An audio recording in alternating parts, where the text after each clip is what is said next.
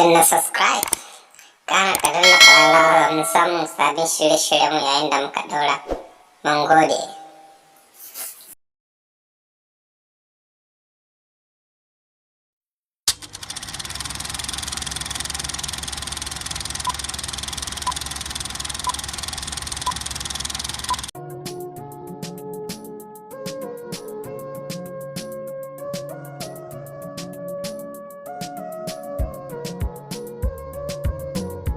Alangura zan baka aiki. Akwai wani bakin nami a sabon garin Guba.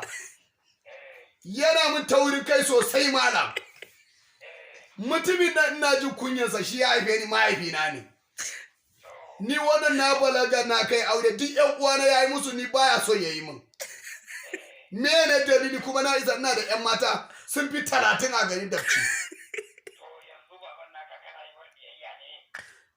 Gaskiya ne ni ma